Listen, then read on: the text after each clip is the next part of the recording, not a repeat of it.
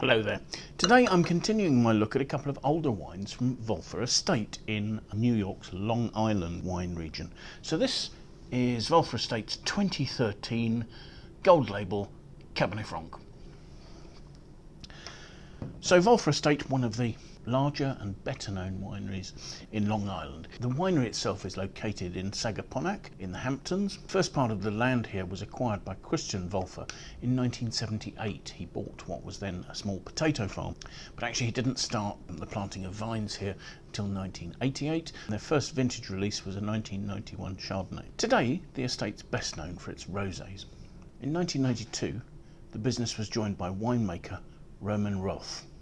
Today Roman is a partner in the business, along with Mark and Joey, who are Christian's son and daughter. Roman was German born, the son of a vintner and a cooper evidently. He had done his winemaking training in Germany before arriving here in the early 1990s. In total, the estate has 170 acres of vines that it owns and manages on Long Island. 55 acres of those surround the winery, and those are managed entirely sustainably and are certified as such. As well as this, the estate deals with growers who control 338 acres of vineyard, all on the North Fork part of Long Island. The new generation have expanded the operation substantially. Not only are they quite a large producer in Long Island, they also have holdings outside the United States. So today there are Wölffer wines being made in Spain, in Provence in southern France, and in Argentina. I think this was an approach largely adopted to enable them to continue to supply existing demand for their rosés. The vineyards at Sagaponack, where I believe the Cabernet Franc has come from, are about 2.6 miles from the Atlantic Ocean, so there's quite a maritime influence here, moderating the temperatures. The soil types are what's called Bridgehampton loam, and that is a relatively friable but reasonably heavy soil, so it holds a little bit of water. There's quite a lot of comparison made between Long Island's growing conditions and those of Bordeaux. I guess the fact that both are influenced by the Atlantic Ocean is what affects that. Cabernet Sauvignon was first planted in this vineyard in 1995, meaning even in 2013 these were relatively mature vines. The approach to winemaking is quite traditional. The fruit's destemmed, ferments according to its varieties in differing blocks. You might wonder why varieties are being separated. My understanding is that this may have a small portion of Merlot in it. Certainly the different plots were kept separate during fermentation and the initial stages of aging. Fermentation went on in stainless steel tanks and in a number of small open fermenters. At the height of fermentation, to manage extraction, there were pump overs or push downs for each lot, up to 3 times a day. Maceration was allowed to go on for 2 to 3 weeks, and subsequently the wine was moved into stainless steel tank and an upright wooden cask to undergo malolactic conversion. All the wine went through malolactic conversion, and it was then moved into oak barriques. The estate predominantly uses French oak. I would imagine, although I don't have any clear knowledge, that a portion of that would be new, perhaps 20% would be my guess, but I don't have clear figures on that. Assuming that the winemaking would very much follow their classic table red and the approach adopted there, I would assume about 7 or 8 months aging in oak before the wine was blended, returned to barrel, and probably racked and then bottled.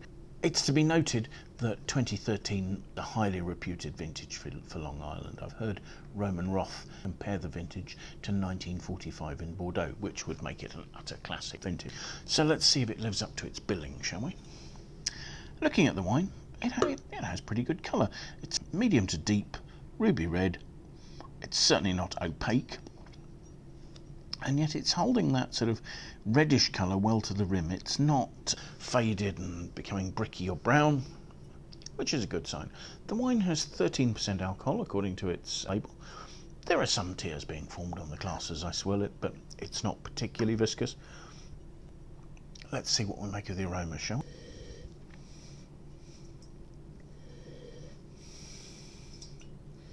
The aromas are quite developed. There are notes of earthiness and tobacco early on, but there are leafy touches, and it's quite a classic Cabernet Franc nose. There's red fruit, red currant, that sort of quite lifted red fruit. Maybe there's a touch of raspberry, a little bit of plum, but it's that high-toned red currant that's sort of dominating. There are notes of development. There's sort of the forest floor, dried leaves, that sort of note. Perhaps a slightly leathery note as well. So let's have a taste and see what we make of it.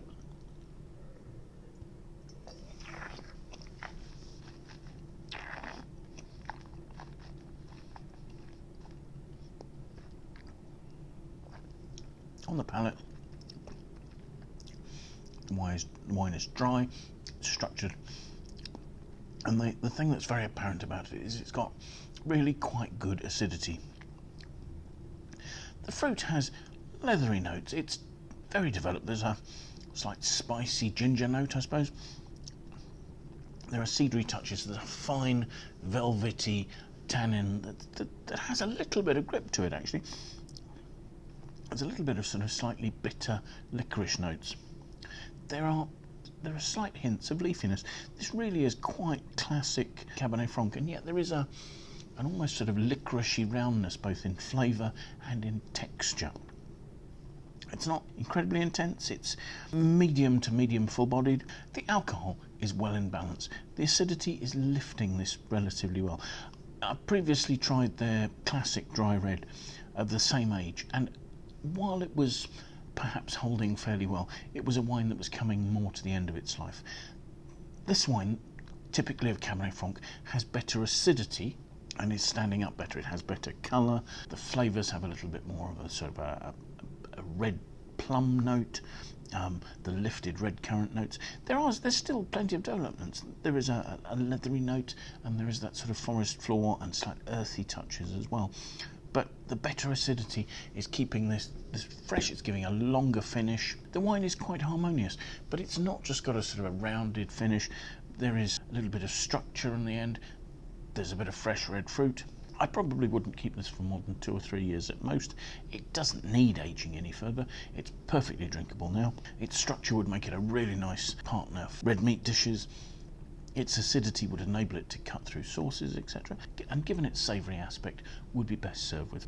So yes, a really interesting wine. I'm not sure that I'd necessarily rate it alongside Bordeaux's 1945s, but you can see that this is a well-made quality wine from a good estate and a good vintage. So thank you very much for watching. This has been Wölffer's 2013 Gold Label Cabernet Franc. I hope you've enjoyed the tasting. If you have, do please press the like button, that'd be fantastic. Do consider sharing it with your friends. Do think about signing up and following us on YouTube. It would be fantastic to have your support. That way maybe you join us for another tasting in the near future. Do also consider leaving comments below. We'd love to know what you think either about the wines, the tastings we're doing, or anything else that's related to that. So thank you very much for joining us, and hopefully we'll see you again soon. Goodbye.